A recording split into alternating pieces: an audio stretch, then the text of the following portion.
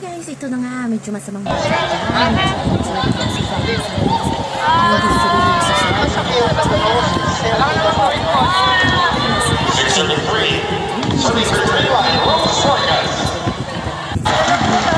talagang nasasaktan si Alyssa na yung kanang tuhod niya sobrang sakit at hindi niya yun nakayanan. Kaya, di ba, nakita natin na pinagpunan siya ng mga tao kasi nga sobrang sakit ng kanang tuhod niya. Sana okay lang si Alyssa Valdez at sana minor injury lang kasi makikita nung pisilin talaga ng kanilang piti, talagang nasasaktan talaga si Venom. Siguro masakit talaga ang kanang tuhod niya.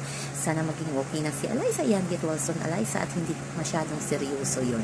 Hanggang sa muli, bye-bye. Also remember, wag po tayong paka-stress. Please like, share, and subscribe my channel para ma-active kayo sa bagong upload.